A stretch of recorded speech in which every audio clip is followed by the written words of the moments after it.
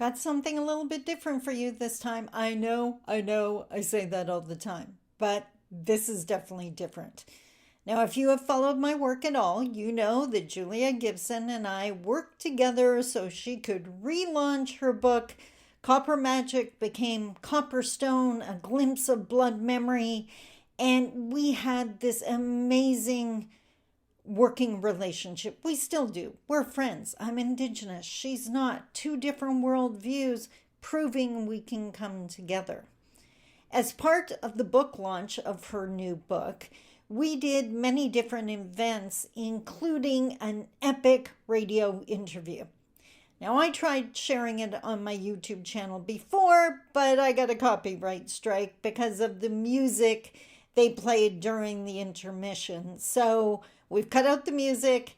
We're going to release it now. Go ahead and do something while you're listening because there is no visual. It's just audio, but it's well worth listening to. So here it is. All right. Hello. Good morning. You are listening to WUWU 100.1 LPFM, Frankfurt, Alberta. And I am your usual Tuesday morning host, Pierce Decker. I've got Dave with me here in the studio. Good morning.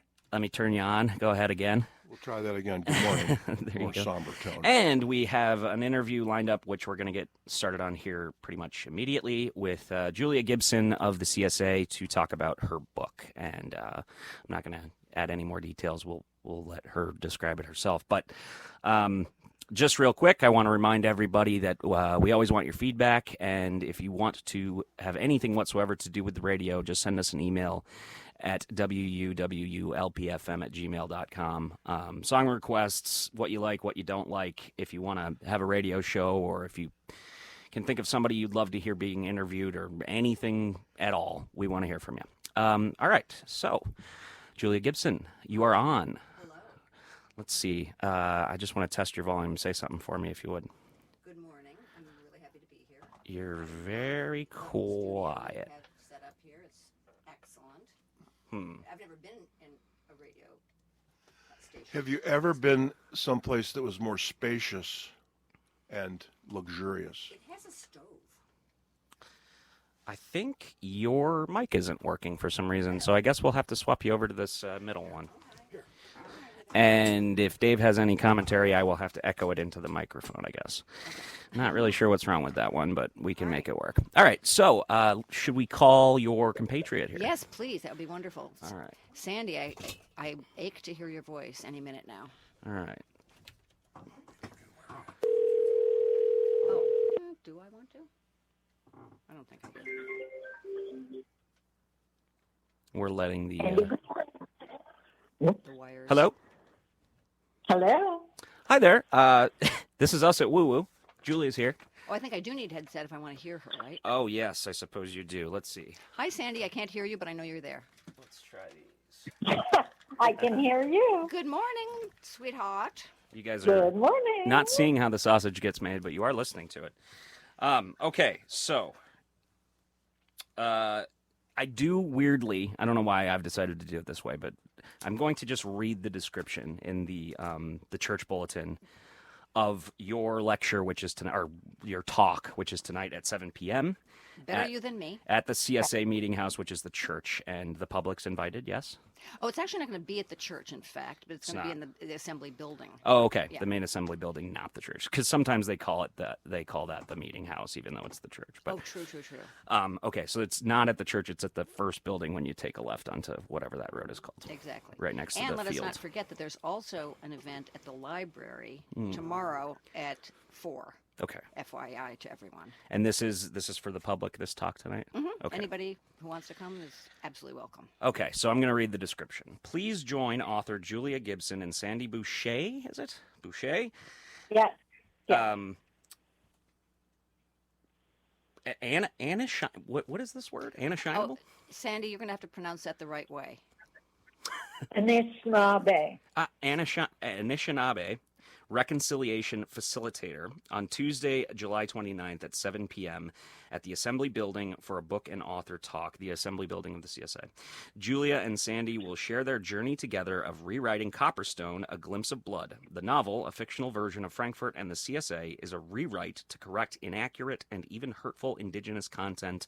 Come learn. So this is a book that's been written and published, and you're republishing it with revisions that have to do with is it history, or is it cultural accuracies, or what's been changed? Sandi, Definitely more worldview. Okay. right. So, yeah. So, the characters, the Indigenous characters in the book, and the way they look at things was inaccurate because it wasn't an Indigenous worldview. Okay. Well, I guess that's kind of the meat and potatoes of what we'll talk about, if you like. Although this interview is really, you guys are in the pilot seat, and this can go wherever you like with it. But real quick, Julia, a background on you, and then a background on Sandi, if you don't mind. I always start with the question, how do you find yourself in Benzie County? Oh, how indeed. My great-grandparents were one of the founding families of the CSA back in the early 1900s. So over the years, our family has always come here in the summertime. And just expanding on your question a little bit, my immediate family, i.e. my parents, always felt a little, they would always say, oh, we're so privileged to come here. And privilege was a weighted word. It wasn't necessarily a good thing. You know, it's very white here. We lived in communities that were not white, or not all white anyway. And so it always felt a little bit weird to us to be here. But at the same time, we loved it, loved the lakes, loved the woods, loved, loved the community here, loved everything about, just the ferns and the fish and everything. So it was kind of a mixed bag emotionally and, I guess,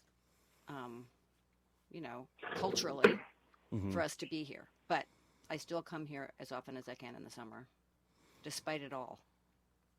Fair enough. So Gibson is, I think, kind of a known name around the CSA. Is it your family that's the Gibson Lecture Series? Yes, that's my grandfather, who was a minister up here, and he was a pacifist. So he did not necessarily reflect the views of everyone around here, but he was very much interested in other people's viewpoints. He always was available to talk about any kind of ideas with anyone, which I think is a really great quality. He was very opinionated himself, but he didn't try to impose that. He wanted to understand how other people thought. So was it his idea to have this lecture series, or? No, I think it happened after he died. Okay. And people wanted to do it and put it in his name, which Cool. is a huge honor. Is there a theme to it that has to do with his philosophy, or is it just about learning? And I don't think so. I mean, I don't really follow it that closely. I think it's really just they bring people in to talk about various topics, spiritual and otherwise. Okay. Ethical also, I think. For That's sure. a big part of it, because that was a big part of his worldview and teaching. Yeah, I guess I agree with you. I don't know if that's really chicken or egg, because it's sort of what the CSA is all about anyway. But so maybe it's a bit of both. That's part of why the CSA is all about those kinds of conversations. But okay, well, so that's Julia. And do you have a family that comes up as well, or? Yes, my grandchildren. Okay. My siblings. Yes. And where do you spend your winters? I live in Los Angeles, California, USA. And I do spend time also in New Mexico, the mountains of New Mexico. Right on. Yeah. Cool. What do you do there? Right. And I do social justice work in Los Angeles especially, and try to be a good supporter of the arts, which is very vibrant in both places. And here. Very good. And everywhere, really. I mean, most places. What's the nearest town in New Mexico for you? Taos. Taos. Is that? Tell me a little bit about Taos. Taos is a very interesting place, very cross-cultural in the sense that Taos Pueblo is there. It's the most it's been occupied or been people have lived there constantly, have not left there since, many thousands of years. Right. Yeah. So that's so they're a very important presence in that town, and have their own government, of course, and everything. And then there's the Hispanic population that have come from many hundreds of years ago came, and the descendants of them are there. And then there's the white people.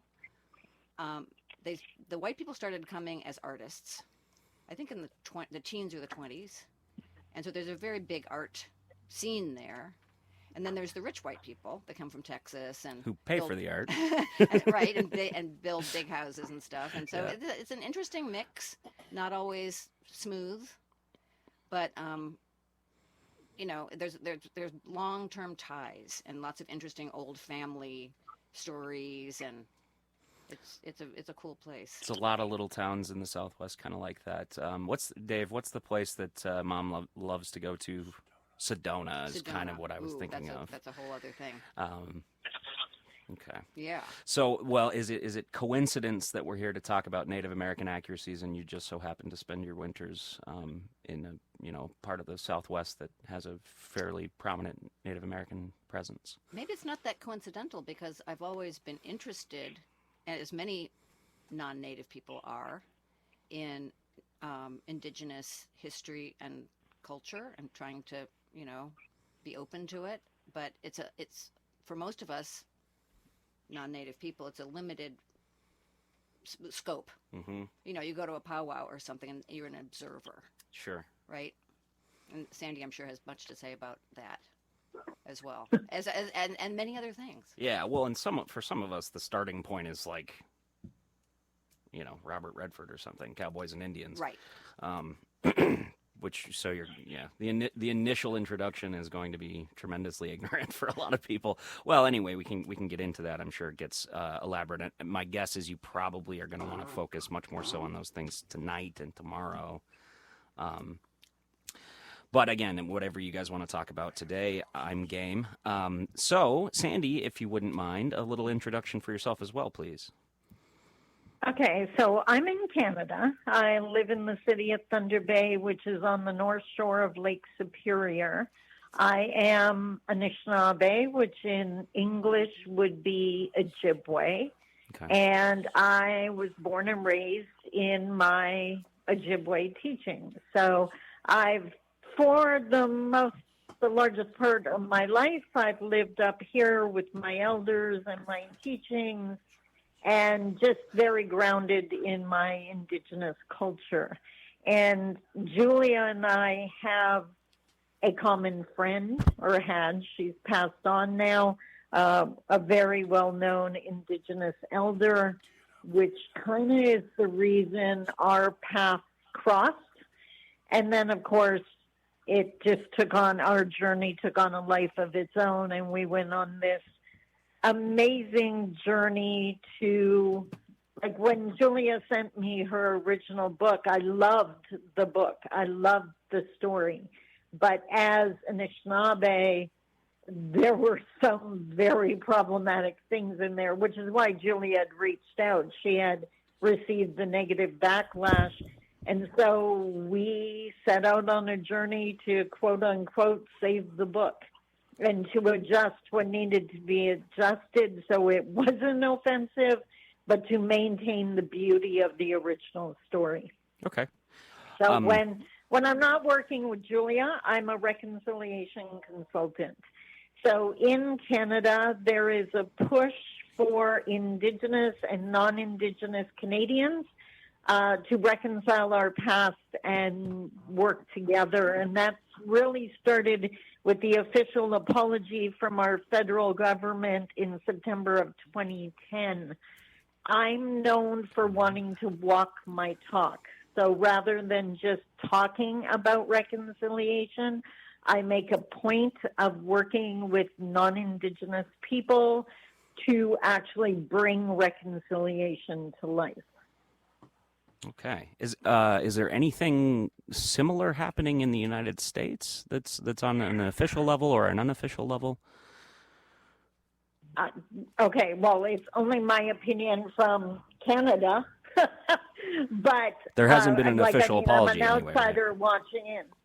No, and the other thing is, in Canada, it becomes obvious pretty quickly, even though we have a lot of work to do, the Indigenous voice is growing in strength. We have had our Supreme Court make decisions on the side of Indigenous and historical treaties several times. So for me, at least, it's heartbreaking to look to the U.S., where I don't see the strength of Indigenous voices, that it's not as common. Like the comment you had made, most people, it seems like their experience with Indigenous people is the Hollywood version, which is inaccurate. Yeah. Whereas here it is very vibrant and becoming way more common knowledge. Okay.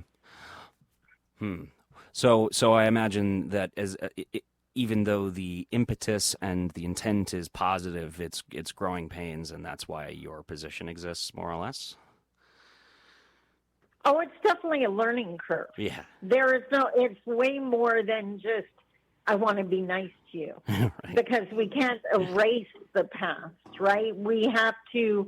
I do a lot of work with non-Indigenous people, helping them to understand why Indigenous, as a general rule, don't trust them. And it's not because they have anything personal. It is history. It's survival mechanisms. So acknowledging how we got here is a huge part of getting to the future. Okay. All right. So a reconciliation facilitator. Yes. Is that what does your day-to-day look like on that in terms of doing that work? I give a lot of speeches, do a lot of workshops and seminars, and I'm an author as well. So I have 4 different books out, either highlighting my Anishinaabe teachings, or in the case of the one book that is going to be at the events, it's The Path, and it's literally an action plan of how to get us to reconciliation for both Indigenous and non, because we both have work to do. Okay. What kind of projects are you working on immediately, like in the next year or two? Yeah. This is my year of partnership. I'm working with the most amazing groups, whether it's government entities and helping them with, they want to get better at Indigenous recruitment and retention, or I'm helping for-profit businesses who want to move into Indigenous markets, and they want to learn how to do that respectfully. So, okay. Just one last, maybe quick summary, if you would, of kind of like, let's say and in fact I am, fairly ignorant. I know a little about the political system that exists in the United States with the reservations. Is how different? I guess here, let me rephrase this. Assuming that our audience has that kind of small foundational knowledge from how the U.S. handles it, how is Canada different in important ways that have to do with this conversation, if at all?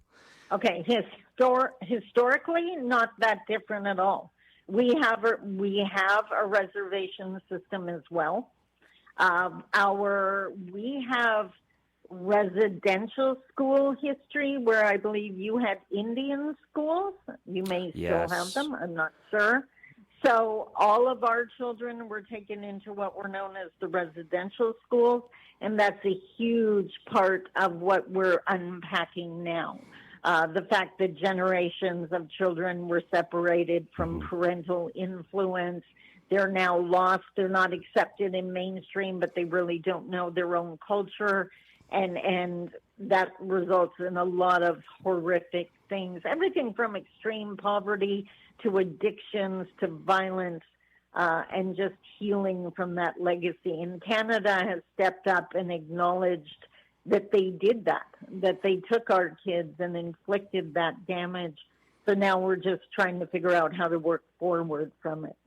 Yeah, so a little bit of additional detail, and you can correct me if I'm getting any of this wrong, but what happened in the United States was there were these boarding schools with the intent, at least on paper, of helping Native Americans integrate into Western Christian society, let's say, white society. And there were a lot of really tragic consequences of that, including, as you say, full-blown disenfranchisement, people feeling like they don't belong to either group.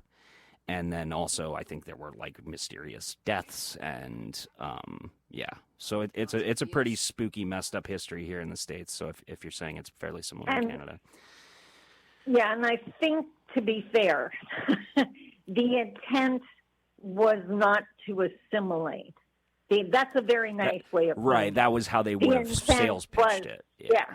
Well, the intent, but if you look on the other side of that coin, the intent was to eliminate indigenous cultures, become part of mainstream, not just how to work in mainstream or live in mainstream, forget who you are and become mainstream. And if you look across the globe, anytime you try to remove culture from a group, it's going to have devastating effects, and you never achieve that goal. You can't forget who you are, even if you don't know the details. And that was the intent here in Canada, and I believe it was the same intent in the U.S. Okay. We actually had politicians go as far as saying the intent was to kill the Indian in the child. Jeez. That pretty much sums it up. Pretty horrifying language. Well, there's just also a footnote. I think another part of the intent was to create a servant class from Indigenous children, training them in the schools to be domestic workers or factory workers or whatever, right? Maybe some skilled trades for the boys, maybe, but, Yeah, I don't think that was Indigenous specific. That was poverty specific. True. Yeah, that's right. So and if you keep in mind, like back to kill the Indian and the child, the fact that the schools were underfunded, that the children were impoverished, the health care was not there. Many of them died from the flu or starvation. Literally, no one cared if 50,000 kids didn't come home. So no one cared about the health and safety of these children. And of course, if they are in remote schools, they were also often encountered the worst kind of adults. Right. Boarding school people. Yeah. Okay. I have some exposure to, the people that can end up in those spaces, having access to kids when they shouldn't. Well, if you want to apply for a job in a place totally remote from everyone else, and you're one of a few adults looking after a whole bunch of children, that's the kind of job that attracts the wrong kind of person. Yeah. Okay. Well, thank you very much for that, Sandi. So do you have any attachment at all to northern Michigan, northern Lower Peninsula Michigan? No. Oh, okay. No. All right. Well, you're my you're an connection honorary is Copperstone Michigan. and Julia. All right. There we go. Okay. I have a question, though, for Sandi about that. The sort of biota here, the trees and stuff, and the lake, the access to lake, the lake shores and so forth, is pretty, and also the culture, right? Is Anishinaabe. Yeah, is similar in both places. Well, it's actually the degree. same culture. Anishinaabe or Ojibwe culture is not divided by the international border. Sure. So you're still in Anishinaabe territory. So even though I live on the north side of the lake, the culture is the same. Which is one of the many magical reasons, magical, connections of me being able to find you. Because I would have been happy with someone outside of Anishinaabe culture, but the fact that you had that in common with the culture of the book was, icing on the cake for sure.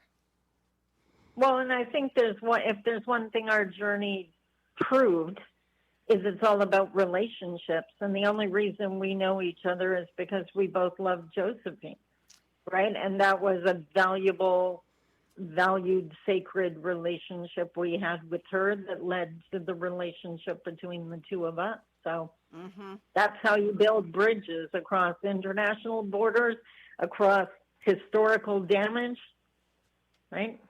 Right, and the lack of relationship is what made me not able to find someone to consult with me in the writing of Copper Magic. I mean, I tried to find a person, but I didn't have the relationships to find the person. You know, I reached out, you know, to people, to Indigenous people, but I had no response, which is understandable.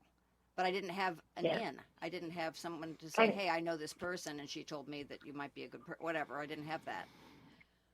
Well, and actually, not to call out my dear friend, but she's so used to me, it's not even funny.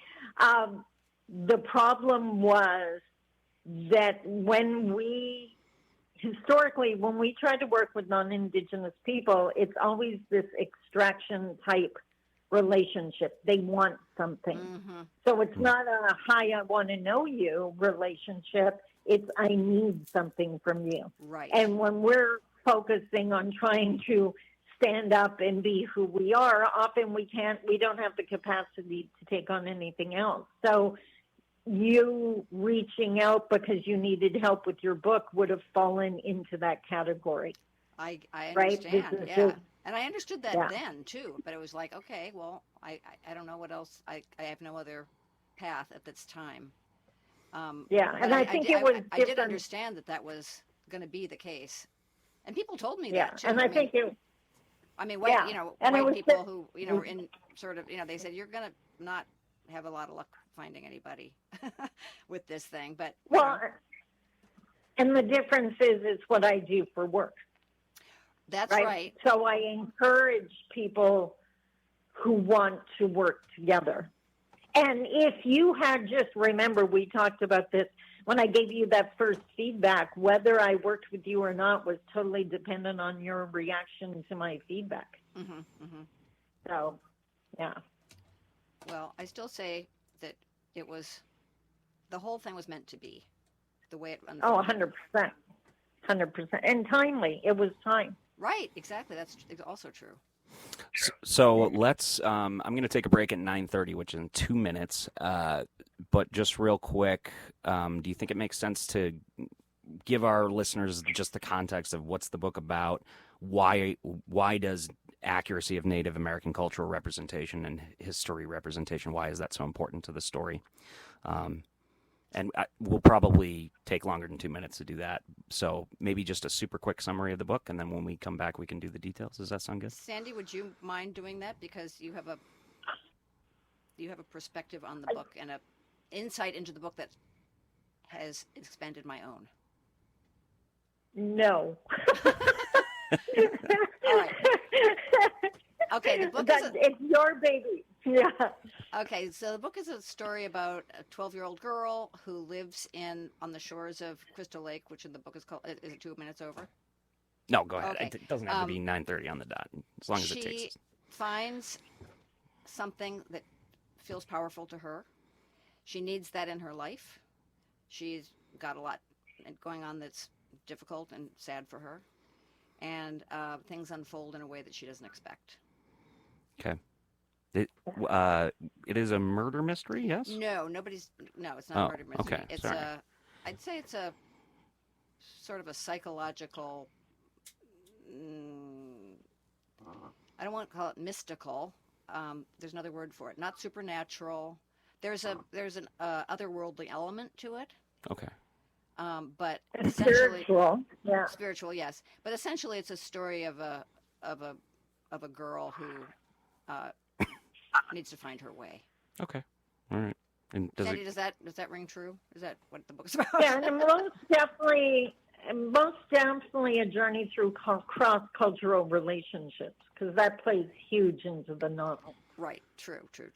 I don't know where I got murder mystery from. I guess I was thinking about last week's interview with the gal who wrote similar in the sense that it's sort of a fictionalized Frankfurt is the setting. So, but that's entirely separate. Not sure how I got that mixed up. Sorry. I would love to write a murder mystery someday, but I don't know if I know the genre well enough. But that's okay. All you need is a dead guy.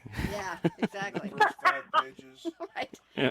And then the rest is the journey to find out. Settles into place like hail. Alrighty. Well, so I was gonna play a head in the heart song, but actually, we do like to ask when we do have guests what kind of music they like to listen to. What do you like for just a break? Let everybody's brain recalibrate. Sandy, do you have any suggestions? Oh yeah, like a Oh, Native American song would be kind of I cool, was thinking John Trudell, but or a Native American artist, I should say. Sandy, do you have any Go thoughts? for it. No, that sounds good. Who's that? John Trudell. John Trudell. Bone Days is one of his. He's not with us anymore, but Any relation to Justin Trudeau? I don't think so. Trudell. No, Yeah. 2 L's. Yeah, there's a difference. Crazy Horse. We like Crazy Horse? Right on. It's Okay. long, but whatever. Yeah. Well, as long as you guys can both stay, we can totally go past 10. So as long as this okay with you, conversation takes, it takes. Works for me. All right. Okay. Cool. Okay, we are back. So that was John Trudell, Trudell.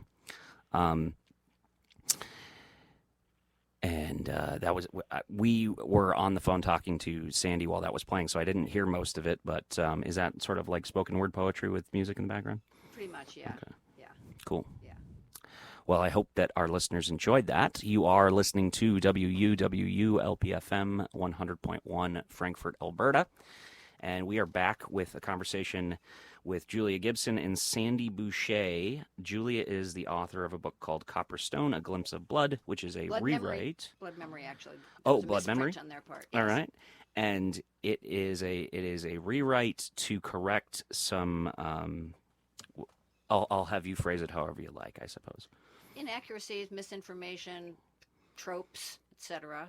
in the book were examined, and we hope reframed, redrawn, rewritten to reflect a more accurate understanding of the worldview that the book is trying to talk about.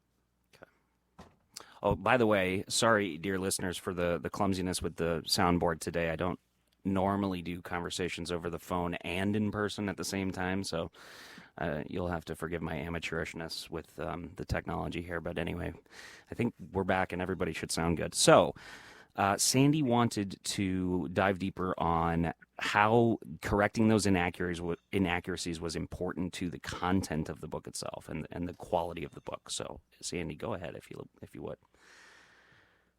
So a couple of things I just wanted to touch on, and one of them is the fact that I have come to realize that fiction is actually an incredibly powerful educational tool.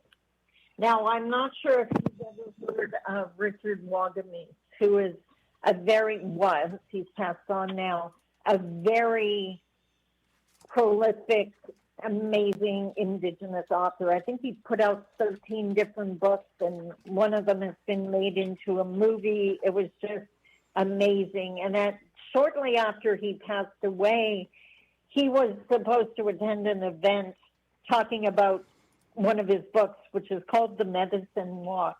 And because I was a friend of his, they asked me to come in his place. When I read the book to review it for that event, he was writing a story that happened to have a fictional Indigenous character who was living in mainstream, separated from his family, whatever. But when I spoke to the audience, I pointed out to them, like, you should go reread this book, because what Richard had done was shared the authentic Indigenous experience for, someone who's walking a good path, but their family's still lost in addictions, and this very common story. And it was there. It was just raw. And what I was impressed with was, because it's a fiction book, none of the defensive walls go up. You think you're just reading a story. But he was actually sharing our truth in that story. And so because of that experience, when I first read Copper Magic, it was so much more than making a book authentic. It was the fact that as a reconciliation facilitator, I help people unpack their stereotypes and help them identify, not that they're bad people, but at some point along the lines, they were taught something that isn't accurate. And small little details in a book have the power to either speak truth or reinforce stereotypes. And when I first read Copper Magic, there were so many what would appear subtle to other people, but dangerous to us because it reinforces the stereotype. So this is going to make Julia laugh. But one of the big issues with the original book was the Winter Lady, we call her, Greenstone, the ancestor in the book. And there was just so many things wrong with this character. And I'm just looking at my original notes that I had sent to Julia. And for example, at one point, the quote from the book was, water was her responsibility, her charge, meaning she's looking after the water like as if it was her child or a child put in her care, which is the exact opposite of the actual way Indigenous people look at the water. We look at water as part of Mother Earth.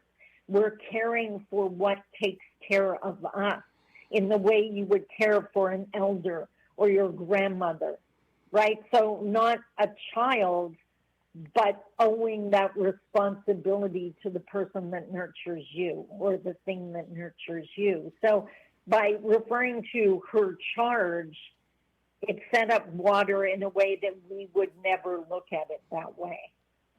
Another example, I'm just looking through here, there were some, the way this character was portrayed, to me, in my humble opinion, she wasn't Indigenous, she was a witch. And there's a difference. She referenced things like calling up the elements. We don't control the elements. Indigenous people realize we have very little control, but a ton of respect. So we respect what the storm is doing or the rain is doing, but we don't invoke it, right? That implies way more power than we would ever. Humility is our foundation, not that ego and control. And at one point I said, I can see why indigenous critique was the critic was so upset. An indigenous sacred item is being portrayed as North America's Aladdin's lamp, right? So just subtle things like that. At one point she referenced passing on her bundle. So for those who don't understand, as part of our Anishinaabe culture, we carry what we call bundles, and it could literally be like a suitcase or an overnight bag, but in it is all our sacred items, whether it's our sage and sweetgrass or sacred medicines. We might be a pipe carrier, that might be in there. But we never pass on our bundles. When I pass away, my bundle returns to Mother Earth, and it's literally taken out to the bush and returned to its origin. And we would never choose who would inherit it anyways, because that's, again, not in our power. Like this relationship between me and Julia, if it was meant to happen, it would. It wasn't that I chose. Julia didn't even choose to work with me. When she originally reached out, she was asking for me to refer her to someone who would be open to doing this work. She never thought it was going to actually be me. So the fact that we chose to work together was not only meant to be, but a conscious choice on both our parts. So it was those little, and I had made the comment that when I sent these original notes, the feedback to Julia, that whether we worked together was conditional on her initial response. Because as an Indigenous woman, I can tell you, often it's backlash. Often it's someone doesn't want it, especially an author. I'm an author. I know what would happen if someone started critiquing my book, right? It wouldn't be pretty. So I wanted to see, and Julia came back with curiosity, humility, a willingness to learn, and I knew instantly this is a bridge that can be built. This is someone who, and I mean, it's not like Julia just did what I said. It's her book. I always respected that. So I would make suggestions. We would talk it through. Sometimes it took many conversations. Sometimes we agreed right off the bat. But in the end, Copper Stone is a book I absolutely love because Julia teases me about this. In the original book, I loved the story, but every single time I got to those little inaccuracies, it made me cringe, right? It was like, ouch, okay, no. Mm-hmm. But now in the new book, it's just beautiful. It's just, it's going to be able to open so many people's eyes to a world maybe they don't know anything about outside of the Hollywood version, and it does justice to the original story. So that's why it was important to me, not only to correct the story, but to realize that the people reading it deserve more than stereotypes. And that the book was worth, because it's well written and a really great story, that it was worth the extra effort to get those bits right, eh? 100%. And that's what Julia humbly asked, like, can we save the book? And it was like, absolutely. Even though those changes were so important, it's not like they were on every page, right? So it was very doable. And I would encourage so many more authors to do that. Like I have an issue with non-Indigenous people writing Indigenous characters for that reason, because unless you're writing them in third person, you're not going to know how they see things or how they think. And I encourage way more collaboration so we can stop reiterating stereotypes in our work. I agree with what Sandy's saying here, that it does take a lot of maturity and bravery even to just say, like, crap, I did get some of these things wrong. That doesn't make me a bad author, right? It doesn't make me a bad person, but let's fix it. And I think that's really cool. That's impressive to me. Thank you. And and one of the things that was obvious to me in the beginning, right from the get-go, if anyone who knows Julia at all, there was no malice. She wasn't doing this intentionally. She didn't know what she didn't know, right? And she received backlash for the original book. And instead of just writing that person off as a horrible person, she was like, wait a minute, I want to find out. Yeah, that's right? 99% of people. Just go, to hell with you. I like it. It's my baby. Leave me alone. Yeah. And that's how stereotypes continue. Yeah. Well, and I can't hear you anymore. So ignorantly. I thought, like, that does sound like kind of cool, mystical Native American-y stuff. And it's like, well, that's just how dang ignorant I am, obviously. But, yeah, cool. Well, obviously I have to read the book now. But what are you doing anything else to promote the book itself? I mean, is that part of what you're doing here? Or is this really just to explain the process of the rewrite, kind of? We have been doing things thanks to Sandi. Sandi has a YouTube channel, and we've done some interview talks together with that, and plan to do more virtual events probably with other organizations. We started here because the book is here, and a lot of people around here read the first book, and so it was important to me that they have the opportunity to, know what the first book doesn't do right. So when we're selling the books, I have the old book. I produced a sticker for the book that says, this book has Indigenous content that's inaccurate and stuff. So if people buy the Copper Stone, they will have the opportunity to just have a free copy of Copper Magic, and they can compare. Cool. So it will be a learning opportunity, I hope, for people to see, like, okay, what was changed? And maybe they'll ask why.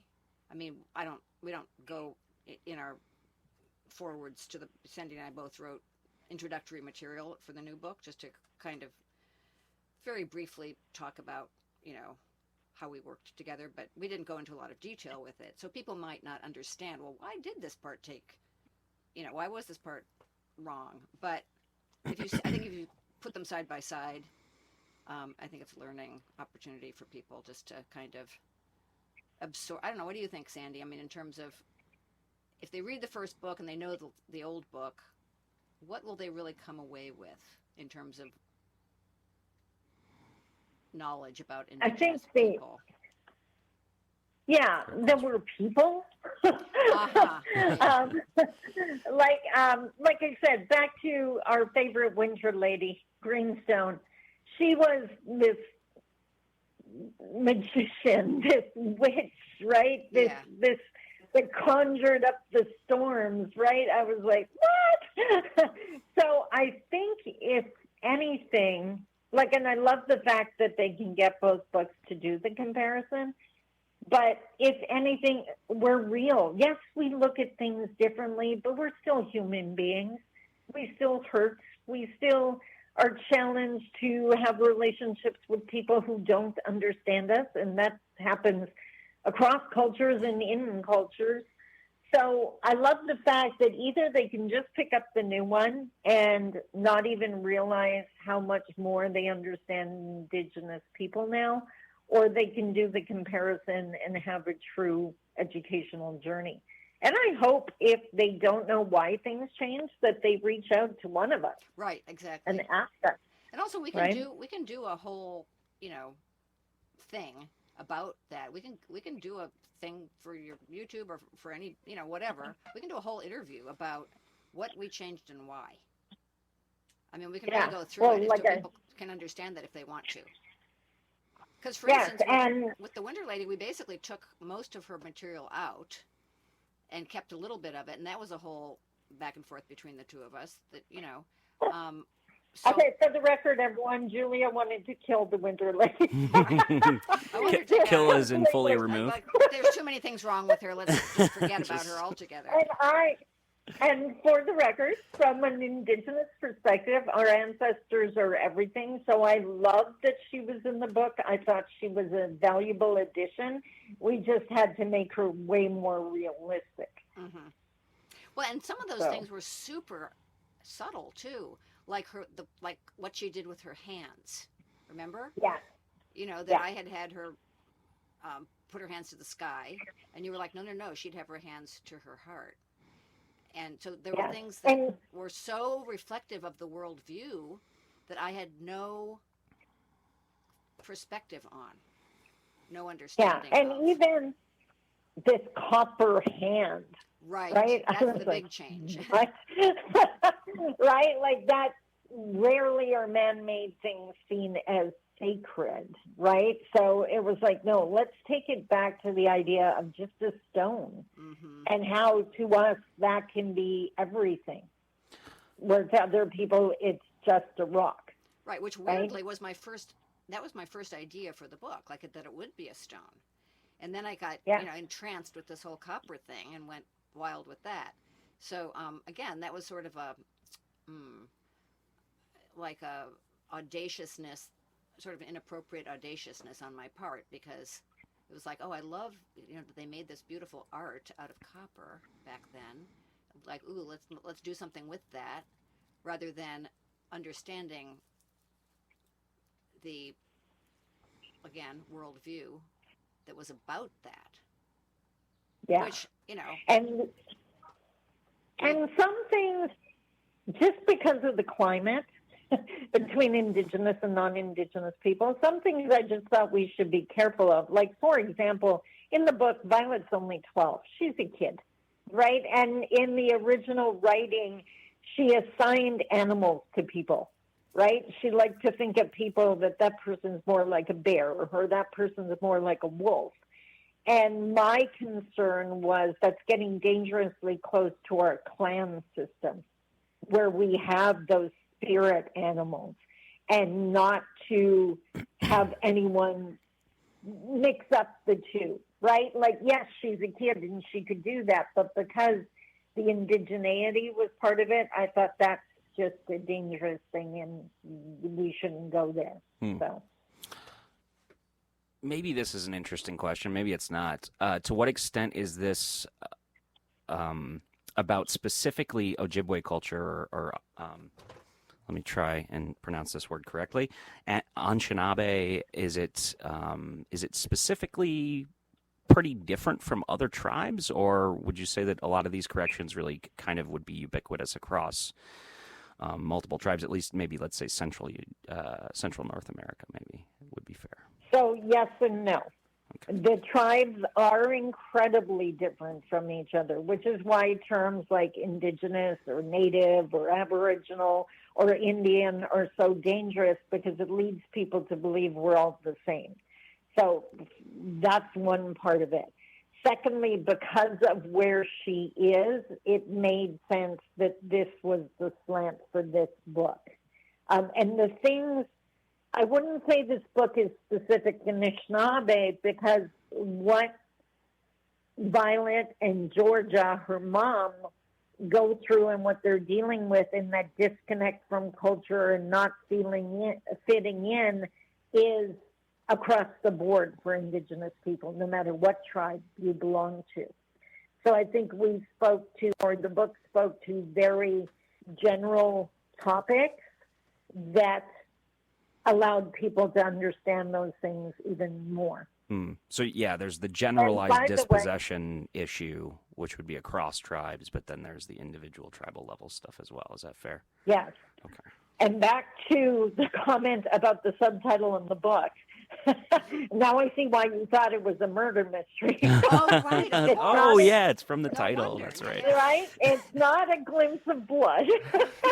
It's a glimpse of blood memory, and blood memory is very much a part of many, many, many Indigenous tribes. We call them nations in Canada.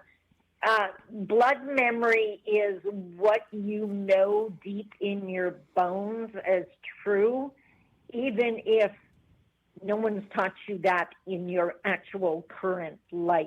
Okay. So we believe it's your tie to your ancestors. It's blood memory, inheriting trauma, inheriting resilience.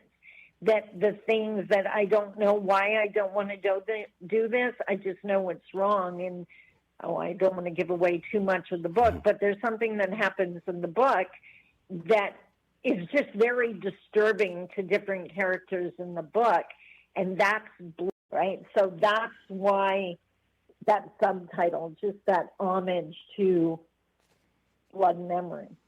All right. So the book is called Copperstone: A Glimpse of Blood Memory. Misprint in the CSA release, but that's completely understandable. So this is Julia Gibson, the author, and Sandi Boucher, who has helped with the rewrite to get some inaccuracies about Native American history and culture corrected. We're going to take a break. It is 10 a.m. I'm going to play, I guess we could do another little bit of poetry from Mr. John Trudell, if that sounds good to you ladies. Awesome. And when we come back, I will remind everybody again of what we're talking about, and then the conversation will continue, and we'll go as long as we have to go. Are you okay with that, Sandy? Sounds great. Okay. All right. And this time I will properly mute everybody. Thank you. All right, folks, we just lost Sandy because of, I'm not sure. I think her connection cut out. I'm going to call her back. Anyway, you are listening to WUWU LPFM 100.1 Frankfurt, Alberta. That was John Trudell, who is now deceased, but he was a Santee Sioux native, which the Santee Sioux Reservation is between Nebraska and South Dakota. And actually, would you mind maybe just repeating what you were just saying off the air about this guy? Oh, I know of John. I learned of John Trudell in the 70s. He was active with the American Indian movement, and he, at that time and also after, became a musical phenomenon. Spoken word set to music, I think, is basically the genre. We're getting Sandy back. Yep, we're getting Sandy back here. Anyway, he's awesome. You should listen to him, John Trudell. He's amazing. Hi, Sandy again. Hello again. Hello, welcome back. I'm not sure if that was on your end or ours, but it doesn't matter. You're back now. All right, so I will remind everybody just real quick. You can contact us here at Woo Woo. Our email address is wuwulpfm@gmail.com. We want to hear from you. Song requests. If you have any questions for our guests today, we'd love to field those. And any feedback that you have about the radio in general, anyone that you would like to have interviewed, so on and so on, we want to hear from you. So today we have Julia and Sandi on the phone. Julia is the author of, I keep having to go back to this pamphlet because I have terrible memory, Copperstone, A Glimpse of Blood Memory, which is a fictional story about sort of kind of coming of age, at least. Is that fair? Or Semi-coming of age. Not, I wouldn't quite call it that, but it's kind of a mystical journey for a young girl. She's how old? 12. 12, okay. And takes place on the shores of a fictional Crystal Lake in a fictional version of Frankfort, Michigan. Okay. In 1906, by the way. Ah, that changes Yes, it. Okay, right. that helps So to know. It's a historical young adult, but adults like to read it too, book. And our heroine is Native American. She's quarter. Her Okay. mother is half. Wait, yeah, that's right. Okay. Yeah. And is she being raised in the context of Native American culture? Kind of. I mean, is that sort of the Well, issue sort of, here? Is Sandy, it? what would you say? I'd say barely. I mean, she knows a little. She knows. I would say no, but Okay. what she has is blood memory. I see. Well, she does have the one word, which is wike for a certain medicine Yeah. plant. But But other than I- that, she doesn't have much else that's from her No, mother's. but and what I mean by she has blood memory is she connects to or is attracted to the other indigenous people in the story. Like she understands that her mom found comfort there, and that's blood memory, right? That I need to find these people, and I don't know why I want to be near these people, but I do. So So she culture is kind of the represents wrong so word, then, many- isn't it? Like it's Well, it's she almost more represents- racial. Yeah, what would you say, Sandy? 'Cause Well- it's bigger than culture. culture. Well, bigger than culture to me. Oh, okay. I mean, So culture again, seems like that's how you culture is such a right. I don't know, but the word culture has a shadow to it that maybe I don't know. Well, I guess like It's the word we have. to me, the word culture would imply that like you could be full-blooded Swedish and be raised in any old culture around the world, and that culture would be authentically yours. Whereas this blood memory bit, it's sort of like it does depend on who your ancestors were, right? Ooh. Yeah, I think I think culture is totally different from, yeah, your hereditary. I can't think of the word. So what I was going to say is Violet, the little girl in the story, to me represents so many indigenous people separated from culture, whether it's foster care system, the Indian schools, whatever it was, that has those remnants inside them but don't understand it. They just know it makes them different. And everyone else knows it makes them different, so they're often excluded or ostracized from things. So that's why I think she resonated with me so much, because she had the blood memory. She just had no idea why she was different. Is that what you were going for from the beginning, Julia? Yes. Well, also her mother is ostracized for her skin color in the town, and she's heard people say things about her mother that are racist. So she has real experience in the world of that, but also, right, she has the connection in her marrow and in her blood memory of her heritage. Did I say that right, Sandy? Yeah, absolutely. And the other thing that I think is a huge point, and we got to give kudos to, is her dad. So Violet's dad in the book is non-Indigenous, but he loves his wife. He loves her mom. He has a huge issue with people that ever judged his wife. So there's the epitome of the ally. Like, you don't have to be indigenous to see us as valuable and lovable as friends or partners. And he represents that. But at the same, yes, he does. But at the same time, he doesn't really understand her level of pain or alienation.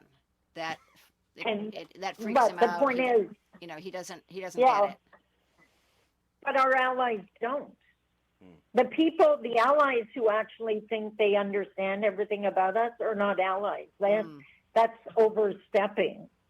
Our real allies know they don't understand what we're going through, but they want to walk with us anyway. He doesn't understand the choices she makes in the book. I don't want to give too much away, but he never stops loving her or wanting her to be in his life. Right. He just wants her to be happy. Exactly. And he's he's very opposed to people who are mean to her or judge her. Yeah. Would you say that this is an appropriate book to read to someone of a similar age or younger or older? I'd say 10 and up. Okay. 10 to 100 is what I kind of say. 10 to 100. It's not an easy book to read. There's some dark places in it, but also, there's a lot of big words and stuff. So for a 10-year-old, it would have to be somebody who really likes to read. But it could be certainly read to a 10-year-old. But, with the caveat that some kids maybe wouldn't be ready. There's a level of violence in it that maybe some parents would not want their child exposed to at that age. I don't know. What would you say about that, Sandi, in terms of age? Yeah, well, I don't want to paint it as a children's book. Okay. Because it absolutely isn't. I think to truly get the depth of this book, you should be an adult, right, who has seen things happening. Like, even though this is set, it's historical, all of this applies in present day. So a child could definitely read it. I don't think there's anything hugely traumatizing in it, but they're going to read it as a cute story, whereas hopefully an adult would get so much more out of it. Right, and the adult readers I've had, which have been, a number of, one of their favorite characters in the book is an adult. They like Violet. Oh, I know who you mean. Yeah. It's not really giving that much away to say that there's a woman photographer character in the book, who's sort of ahead of her time. She's a very strong individual, and people really like her. She's sort of a foil in the book. She's a strong secondary character, but it surprised me when I found that so many people really, really related to her and wanted more about her, and wanted another book where she was in it and stuff. So that's interesting. So that's an adult perspective.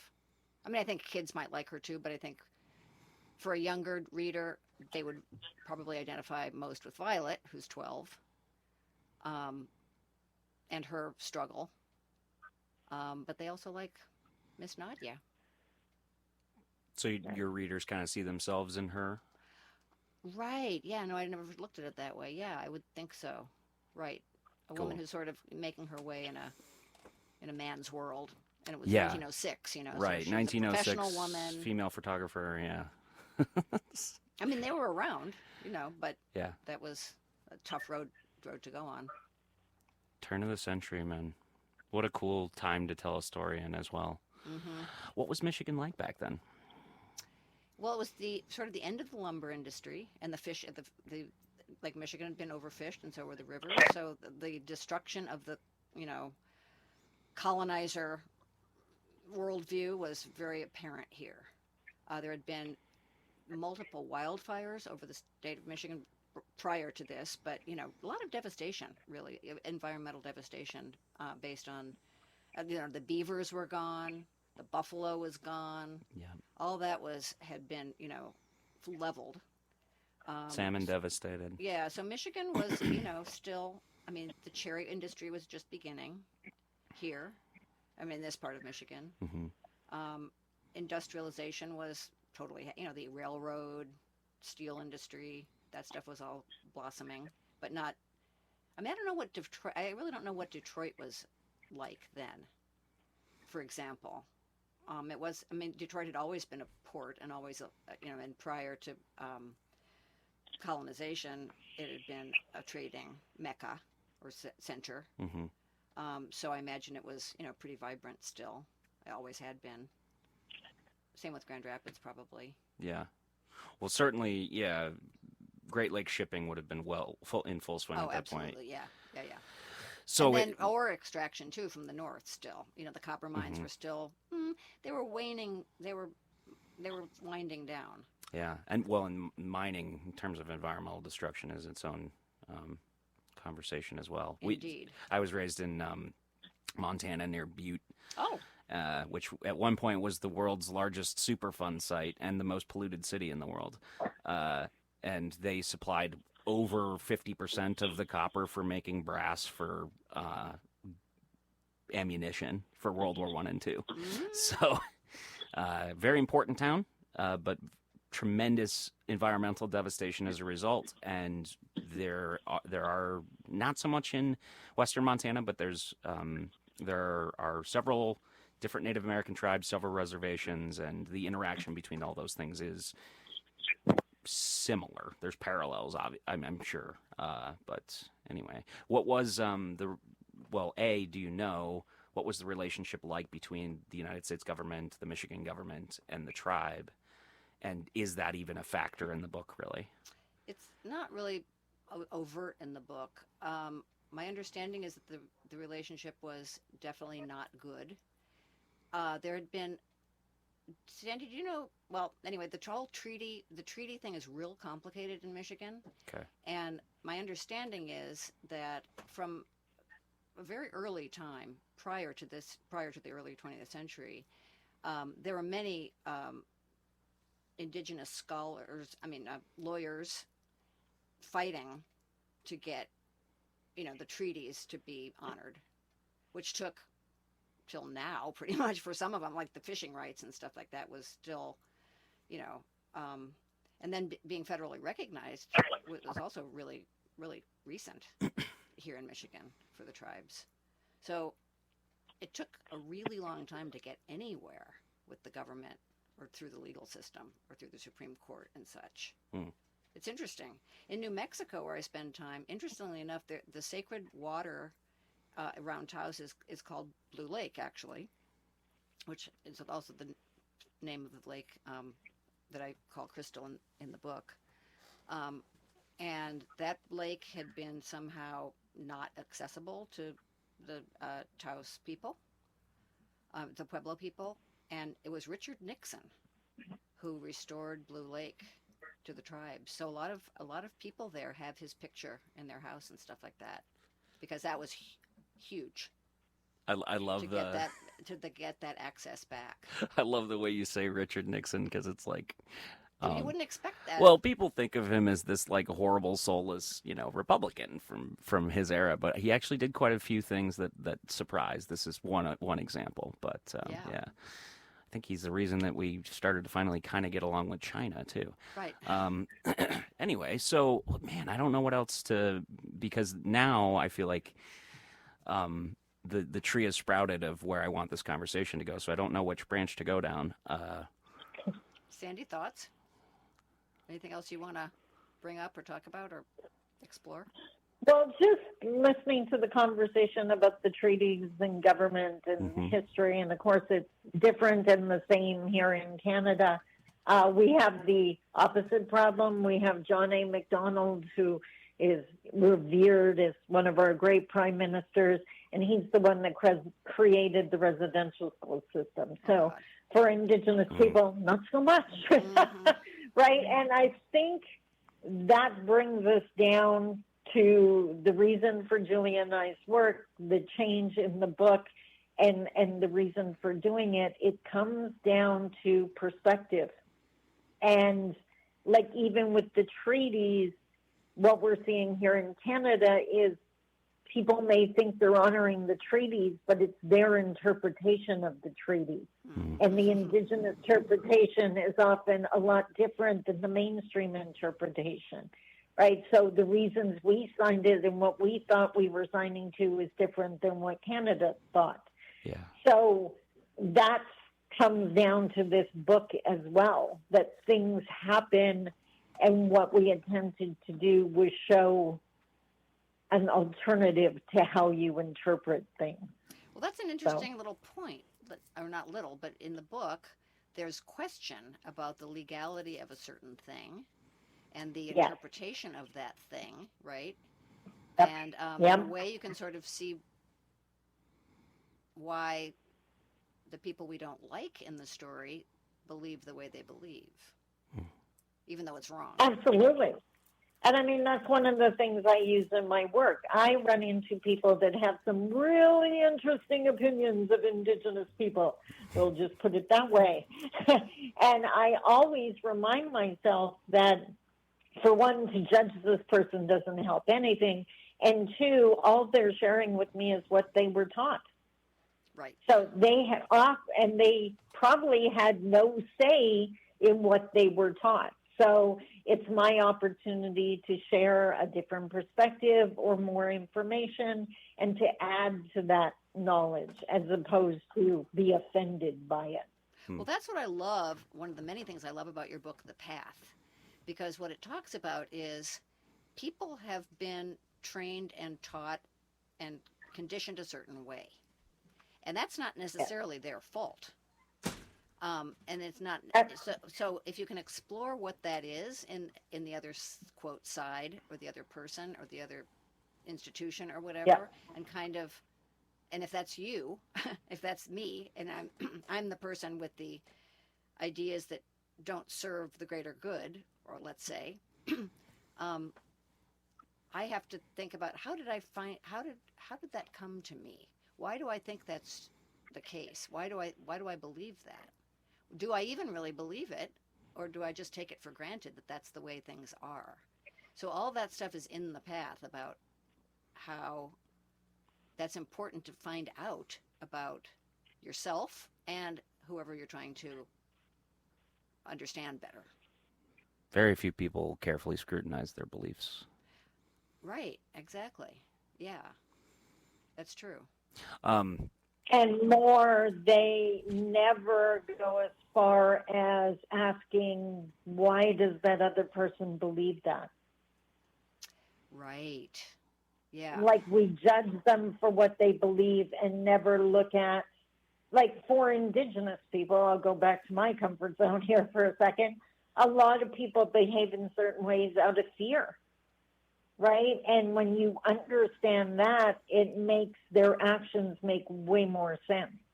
But if you never ask, or you never take the time to wonder where it's coming from, then all you do is judge the result. Right.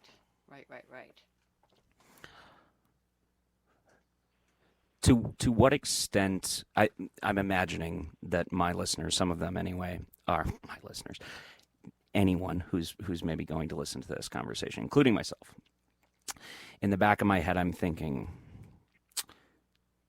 we're brushing up against some politically volatile conversations here, right? The word woke comes to mind, and it's like, I figure you probably want to stray away from the politicization, at least insofar as, the vitriol that goes one direction or the other.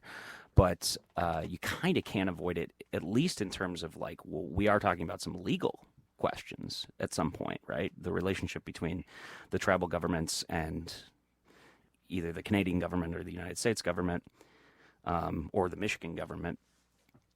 So I imagine you don't want to get into it a ton, but if you do, that's fine too. But how do you think about the politicization of the conversation of, let's say, a word like microaggressions, or just the woke conversation in general that we're having, as a culture, as a people, but also politically, the conversation of, the pendulum has swung too far, some would say, and now it's being overreacted to, and the pendulum is going to inevitably swing too far the other way. And how do you feel the process of going through this fits into all that, if at all? Or are you trying to kind of stay away from those things? Sandy, what say you? Okay. Well, again, because I'm coming at it from my side of the feather or my side of the coin, whichever you prefer. To be Indigenous is to be political. We don't have the choice. Our existence is political, right? So, and I understand I don't understand the backlash against woke, because to me, woke is just wanting everyone to thrive. I don't see what the issue is with that. And as someone who has been harmed because someone else tried to decide who I should be, I have an issue with that. We know who we are.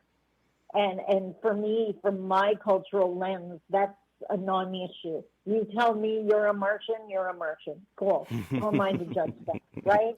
Right? Like, does that work for you? Are you okay? Are people good to you? Like, I don't care. If that's where you want to be, who am I to say who you are, even if it's outside of my belief system, right? And I want to be careful because, again, Canada, U.S., we have different politics, even though we're seeing a lot of the same similarities here.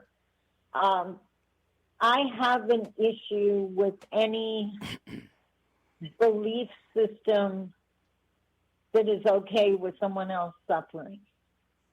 Ditto. And this book is about human beings. So is that because is that a Sandi Boucher meta-philosophy, or is that in and of itself a Native American, or let's say an Ojibwe philosophy? Well, okay, so good point. From sometimes I forget how much it's my cultural lens. So in Anishinaabe culture, Ojibwe culture, and many, many indigenous nations and tribes, we believe that a child reveals to us who they are. We don't mold them into who they should be, right? That creator, God, higher power, whatever you want to say, that creator sent who we needed. And who that person is not up to us to change, because then we're saying we know more than creator, which just wouldn't make sense.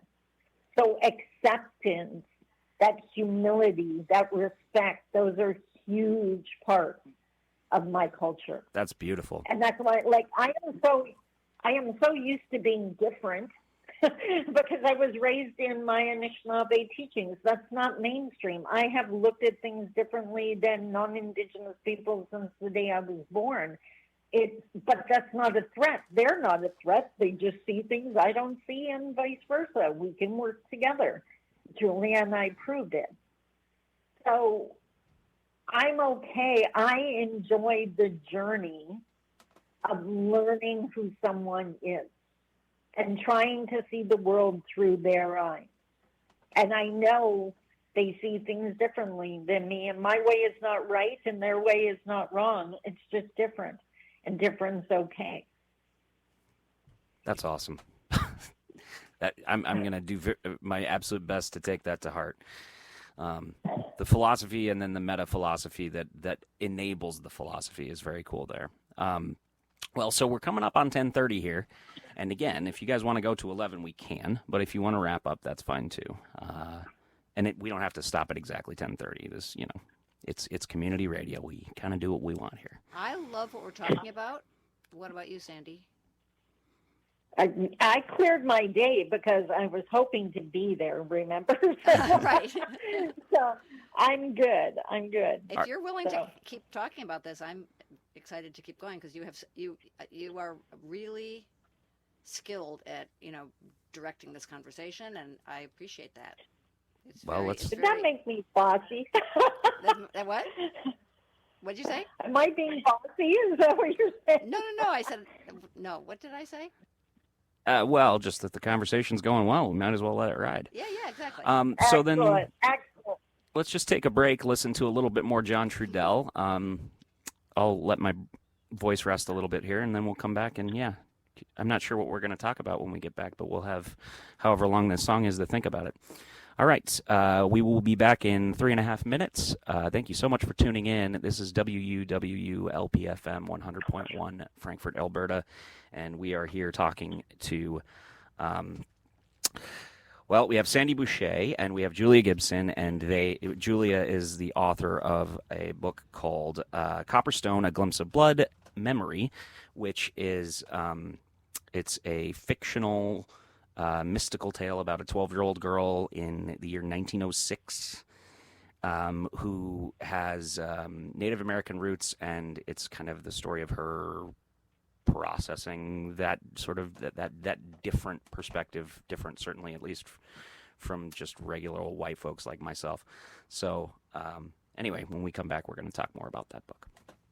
Here, I'm just going to bring us back in. Our off-air conversation has now become our on-air conversation. And would you repeat the question, if you would, Julia? Well, I was asking whether, how do both of you here deal with listeners or participants in something that you're doing who are, I mean, if you've got people on the air who call in and they start to be problematic. Yeah. What do you do about that? And Sandi, I know that you deal with all kinds of situations where there's people who are mad or disagreeing or talkative, overly talkative or whatever. I would figure it has to do with maybe like what hat am I wearing? Like my hat right now it's mostly my job to be as neutral as possible. But if my job is to be an instructor and in that were the context, it would be like, well, I have to correct this.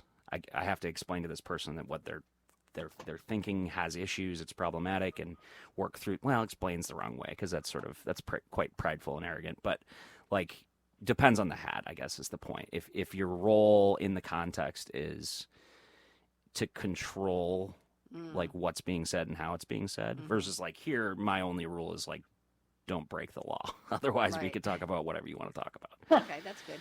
And Sandi, you are a facilitator and a teacher. So those are two different hats in a way, aren't they? Kinda. Yeah. Well, I'm not a teacher anymore. So, like everything else, when you're sort of with people and you're facilitating their understanding of each side, is there not a teaching component as well? 100%. But what I was going to say is, again, everything I do is rooted in my culture. So I come at it with respect. I have definitely had 100 different times people in the audience that may disagree with what I'm saying.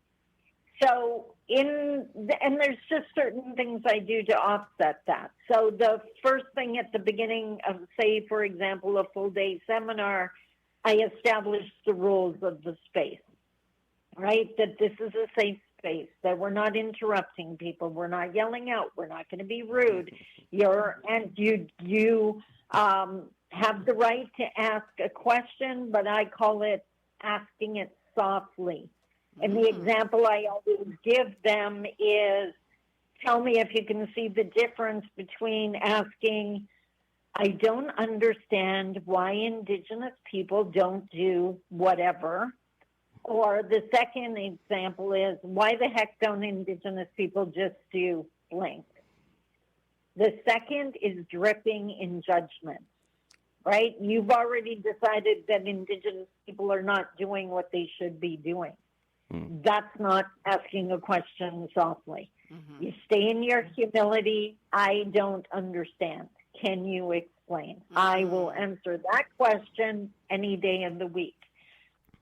So, and I respect them. The other thing, if I think the crowd is, the phrase I use is really egotistical, like they're so comfy in what they know that they have no room for hearing me, I actually have an exercise where I give them a little index card and I get them to write the words "my ego" on it, and I make them go put it in the corner of the room. The dunce cap. And I tell them, right? I tell them, here's the deal. I know I can learn from you. I know each of you carries so much wisdom, and I could sit down and learn so much.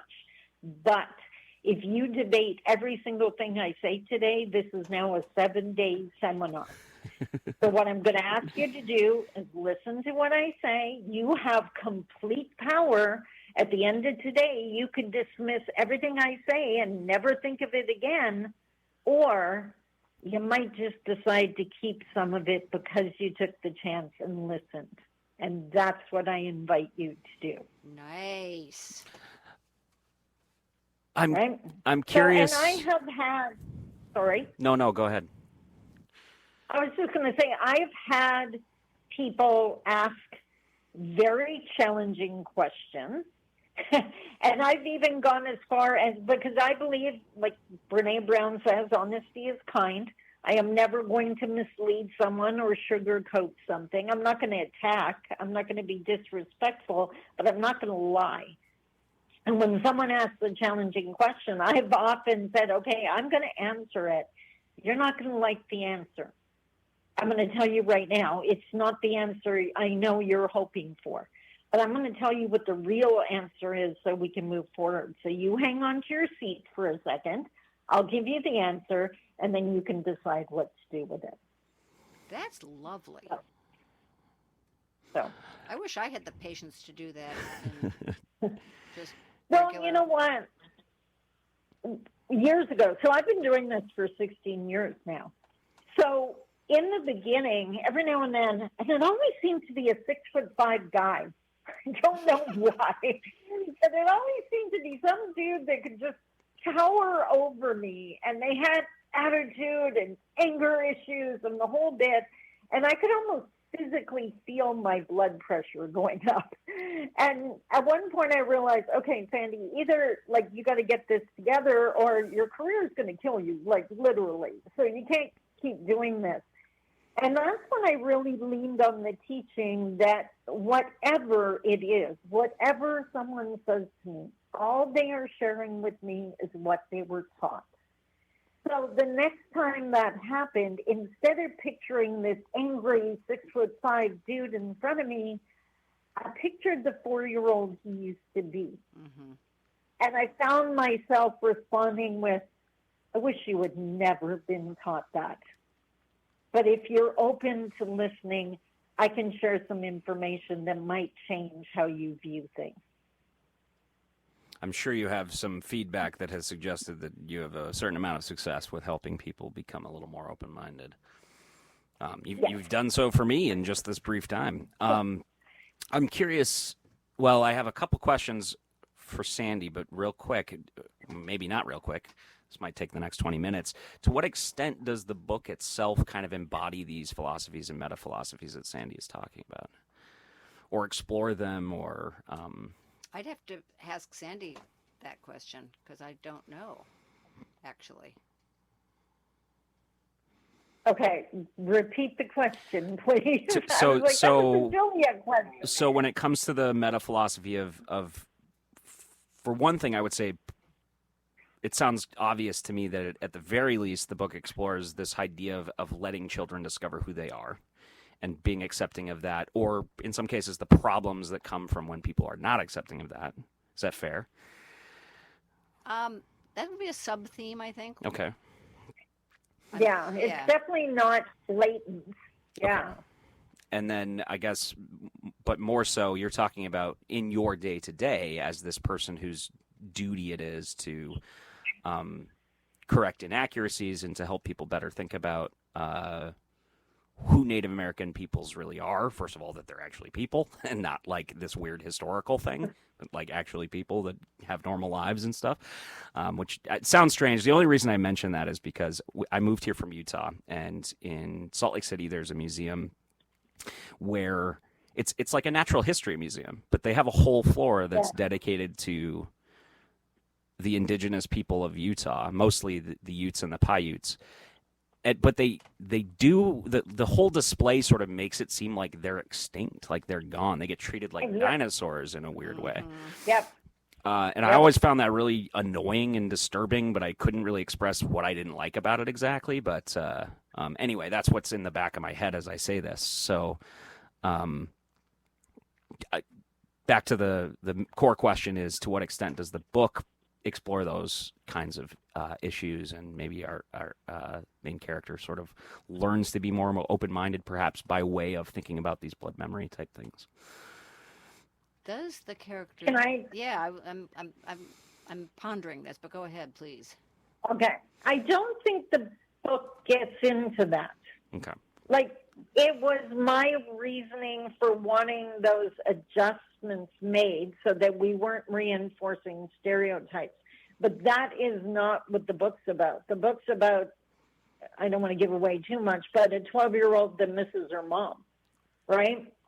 And is dealing with, people's perceptions of her mom and people's perceptions of her and of her dad. And I mean, we got class structures and class disagreements going on, impoverished compared to the well-to-do. There's so many different, just like real life.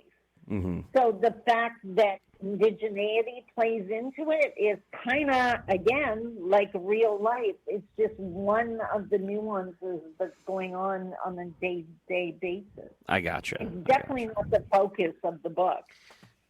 So well, it's and also there's sort of, I don't know if this is answering your question at all, but so the town of Frankfurt in real life and the town of Pigeon Harbor, the fictional version, is changing because it's been most of the native people have been displaced.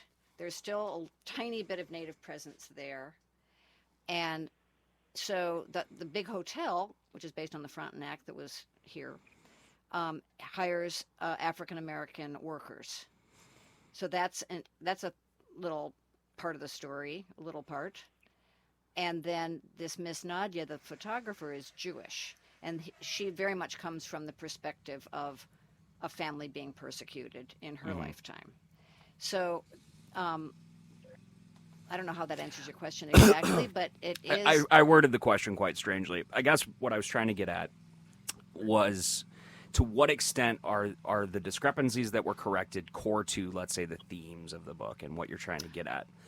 Ooh, good question. I don't know the answer quite. Do you, Andy? I mean, they are central to the theme of the book, which has to do with the blood memory of ancestry, right? And we tried to strengthen that and make that more real. Yeah, I think what the changes were essential to is creating authentic, recognizable characters. And part of the original backlash was Instead of mascots. anything to do with the indigeneity was wonky, right? It was like, that's not the way it is. And it really highlighted a lack of knowing rather than an opportunity to just be who we are. And by the way, I just wanted to go back. You had made some comment along the lines of that it's my job to educate people and correct them. No. My job is to build relationships with people authentically as who I am. Mm-hmm. And if I was in a relationship with anyone and I said something that was inaccurate about who they are, I would hope they would correct me. And that's what I do. I'm not out to, from some place of arrogance, teaching the people what they get wrong. I just want them to know who I am. And you were talking about the historicizing Indigenous people. It happens here in Canada, too. Look at our history books. It sounds like we fell off the planet, I don't know how many years ago, but we're your next door neighbor. Right. Yep. Right? And we put out our garbage like you do as well. So, yes, we may have different practices and maybe we see the world differently, but in so many ways, we do the same thing. So, yeah, the mascotization maybe is another kind of way of, it's like what, you expect your neighbor who's Native American to go grocery shopping in a headdress? Like, what exactly seems normal? Exactly. What feels normal? Yeah. And yeah, we could go off on a dangerous tangent there. We sure could. Well, almost felt a rant swelling up, so I'll just back that down. This brings us back to a question that you posed about the politicalization and how, where we sort of can position ourselves in talking about the book and other things, where it's not immediately starting to scream at people. Yeah, right. I have calling people bigots right off the bat's usually right. just going to make it harder. I'm on a committee. Yeah. Go ahead. Go ahead. Well, I was just going to say, back to the book. Like, it's not like any of the changes are blatant. Like, no one's going to go, oh, what's that? I didn't know that. That's not going to happen. But what they don't realize, again, the power of fiction as an educational tool, as part of their story, they read something that's actually accurate. Mm-hmm. And that's what I was going for. Versus reinforcing stereotypes. Mm-hmm, Yeah, mm-hmm. I get it. Well, we have 12 minutes left, and I would just love to give both of you the floor and talk about whatever you have left on, sitting in your souls to talk about. Sitting in your souls. My soul is really grateful for you and for Sandi and this opportunity to talk about these things that the book just gives us the opportunity to talk about, all these issues, and your really great questions have been very nourishing and I think, provocative in a good way.